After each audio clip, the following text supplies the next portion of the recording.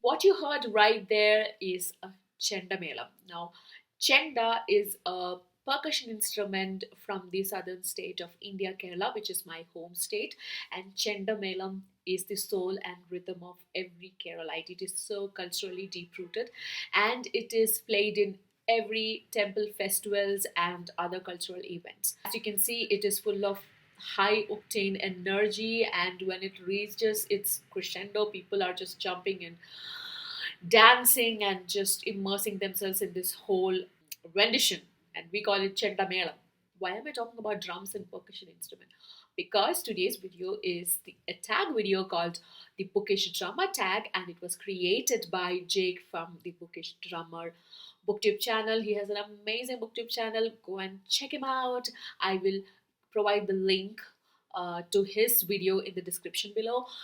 And I was tagged by the lovely, amazing, beautiful Johanna from Johanna's booktube channel. I will link her video also in the description below. She is also amazing. Check her out. So now that you know why I played that clip in the beginning, and also having got a feel of what this tag video is going to be about, let's just get into it. Oh, and before that, if you haven't already done that, please do subscribe to my channel, and also please like, share, and comment. And we talk more and more about books that we love and adore.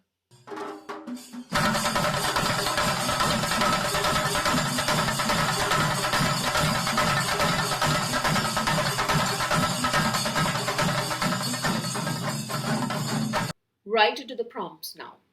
Prompt number 1, drum roll. Name a book with a great build up. There is this book series called the Millennium series. It is written by Stieg Larsson. It is originally written in Swedish and has been translated to many, many, many other languages. A great series. The first book in the series is called The Girl with the Dragon Tattoo, based on which the movies were made. And I think that book series has such a great build up and such great storyline and such great ending. It has such a kick-ass female lead. I just love the female lead in that book. So yeah, that would be my answer for prompt number 1. Prompt number 2, downbeat. Name a book that made you sad and depressed. If you have been following my channel for a while, you know my answer for that has to be A Little Life. There is no other answer for this question that I will ever choose, I think, because I don't think there is any other book that exists that is as depressing as A Little Life. If you haven't read that book, please do check it out. There are a lot of trigger warnings, but at the same time, it's definitely a must read. Having said that, if because this is the recency bias, this is something that I read this year, so that's why it's so fresh in my memory. And yes, it was a hugely depressing book. But if you ask me, was there any other book that made me cry or make me depressed, then yes, there is this book called A Thousand Splendid Suns by Khalid Hosseini. He's an Afghan writer. It's such a beautiful book. It tells the story of two Afghan women during the Afghan war. Um, I don't know, being a man, how Hosseini could write, the female feelings and inner thoughts and monologues and emotions so well. I mean, I was so amazed when I first time read it. I generally do not reread books, but if I do, this is one of those books that I really, really want to read again and again and again. So that was Thousand Splendid Suns by Khalid Hosseini. That made me weep like a child. Those are the two books that are sad and depressing. So if you want to get sad and depressing, please pick up A Little Life and A Thousand Splendid Suns. Prompt number three, upbeat. Name a book that made you happy. Now, I have two answers for this. One is The Six of Crows, and the other is The Lies of Locke Lamora. I really loved both these books. Those books, I enjoyed each and every minute. So, that is my answer for prompt number three, upbeat. Prompt number four, offbeat. Name a book that felt unique to you. Now, this is a book series again, but I have read only the first book in the series, and which is the Illuminae series. I don't know how many of you have read this. Uh, this is the first book in the series. This is basically a space war, space opera kind of a book, science fiction. The story is like this: the year is 2575, and there are, mega corporations who are fighting with each other for I don't know, resources. Yeah, surprise, surprise. They are fighting over one particular planet, and our two main protagonists, Ezra and Katie, they are in this planet, but nobody wants that there is some kind of attack that is going to happen by one of these corporations on this planet, and they somehow escape. While escaping, they end up in two different spaceships. They are being chased by their enemy spaceship, or the spaceship of the enemy corporation. But that the plot is not what makes this book stand apart. What makes this book unique is its format. So this is basically formatted in the base of some documents that has been retrieved from these spaceships, computer logs.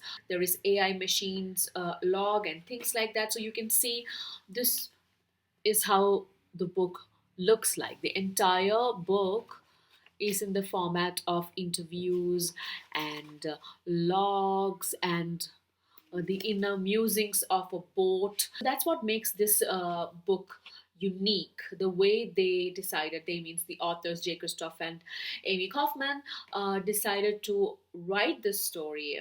It's a quick read, guys. Just to pick it up and read it. It's an amazing science fiction read. So that is the Illuminae series. And I am planning to read book 2 and 3 in the first quarter of next year sometime. Prompt number 5, crescendo. Name a book that got better as you read it. Guys, this has to be the book that has turned out to be my favorite read of the year. I'm surprised it has even surpassed Wheel of Time and Malazan. Uh, I know that is a blasphemous statement, but I have to be honest to myself, and I'm talking about the Books of Babel series. Guys, what a book series! I mean, Bancroft has done such a great job in keeping the readers engaged. Each book is more than 350 pages, but still, at the end of the third book, you still are, just not tired or bored. You still want to know what's going to happen, and I'm desperately waiting for its November release. I know there are some lucky souls out there who got the arc and who have already read it. So I'm really jealous of them that they got to read the book for so early. I just can't wait for November 4th for the book to be released. So that is my answer for prompt number 5. Prompt number 6, decrescendo. Name a book that got worse as you read it. Um, that would be Billy Summers by the Stephen King. I had such high expectations. There was so much hype around the release of this book. I pre-ordered the book and started reading the moment it was delivered to me on my Kindle, and I was disappointed. It was very predictable. I mean, the beginning was really good and interesting, intriguing. There was mystery, but around halfway through the book, you know what the ending is going to be, and I was bored, and I just stopped around 80%. I didn't even finish the book. So yeah, that's my answer for prompt number 6. Prompt number seven, drag. Name a book that dragged on, you couldn't get into, DNF'd. That would be book one of the King Killer Chronicles, The Name of the Wind by Patrick Rothfuss. So, I hated that book. I thought it was such a drag, but I was ready to go through the drag if there was some reward at the end. But the end was also not rewarding. I did not DNF it. I finished the book. I completed the book, but then I decided to DNF the rest of the books in the series. So yeah, that was an utter drag. Prompt number eight. Ghost Notes. Name your favorite horror slash thriller book. Now, I don't read many horror, so I don't have, a typical horror book as my answer. But if you ask me for my all-time favorite horror thriller mystery kind of a book, then that would be The Hound of Baskervilles, the famous Sherlock Holmes story. I just love that book. I can't just say how many times I have read that story. Other than that, if you ask me a recent read which has been an excellent thriller, that would be the Kilman Creek series by Rachel Kane. If you haven't read that series, please do read it. It's amazing. And actually, I listened to the audio, and the audio book was really good. Voice actors did such a great job. There are five books in the series. I have read only first two, and oh my god, what a thriller it is. Just check it out, Kilman Creek by Rachel Kane. Prompt number nine, flamboyant. Name a book with a pretty cover.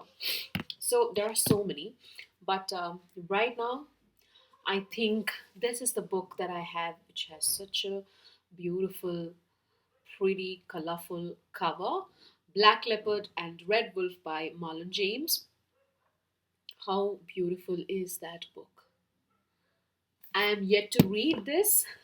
I don't know when, but yeah, it's high on my TBR. Let's see. So, yeah, that's prompt number nine for you guys. Prompt number 10, resonance. Name a book that resonated with you.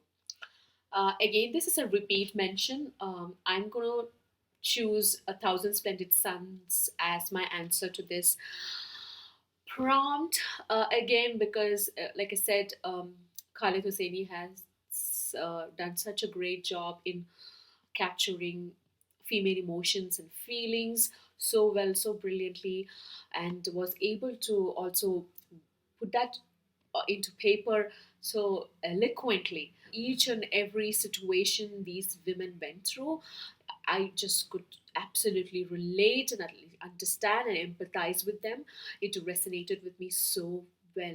The daily misogyny and patriarchy that they are subjected to, and also the oppression that comes along with these misogynistic practices, and also being part of a community or a society which is um, regressive towards women. So yeah, I could completely understand the feelings of the main two female protagonists. So yeah, that's my answer. Prompt number 11, in the pocket. Name a book with great pacing. There are many, but I think I would choose, to avoid repetition, I would like to choose Sadie as my answer for this prompt. I listened to the audiobook, and in fact, this was my first ever audiobook, Sadie, and I just loved it. It was so wonderfully paced, it was never dragging, it was never boring at any point in time. So I really loved Sadie. Yeah, so that's a book with great pacing. Next prompt, this is going to be tough. Drum solo. Name a great SFF standalone. Now, most of the SFF that I have read recently are all part of a series. But yeah, I think the only standalone that I can think of right now, which is great, is Project Hail Mary by Andy Weir. So yeah, there you go. Prompt number 13, Drum Battle. Name an SFF book with great battle scenes. Without doubt, no contest, it has to be the Malazan Book of the Fallen series. I don't think anybody right now can write battle scenes the way Erickson writes. I mean, wow, just amazing, just great. I just love the way he writes fight scenes and battle scenes, everything. So, yeah, that's my answer. Prompt number 14, buzzworthy. Name a book you're excited to read. I've already told you this. I am eagerly awaiting for the release of the fourth book in the Book of the Babel series, which is The Fall of the Babel. Another book that I'm really looking forward to is the fourth novel by R.F. Kuang, which is called Babel or The Necessity of Violence, an arcane history of the Oxford Translators Revolution. And it is going to be released in August 2022. The way R.F. Kuang explained this book, she said that this is dark academia meeting the secret history. So I am so excited for this book as well. Please check out the synopsis that's available.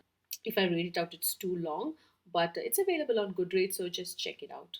So, those are the two most anticipated releases that I'm waiting for.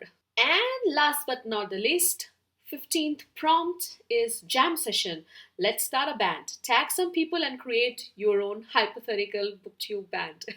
I just love this prompt. I think hands down, this is the best prompt of all the tags that I have ever done or heard of. So, yeah, I would like to tag Kiran from Noob Readers channel. I hope she's interested in doing this tag. And the second person I would like to tag is Leslie from the Nerdy Narratives. I hope she's not already tagged or she has not already done this tag. Yeah, Leslie, if you're interested, please do this tag. I am really curious to know your answers to these wonderful prompts. So guys, that was today's video. Thanks for watching. I will be back with amazing bookish content before you know it. Until next time, this is Angela signing off. Bye-bye.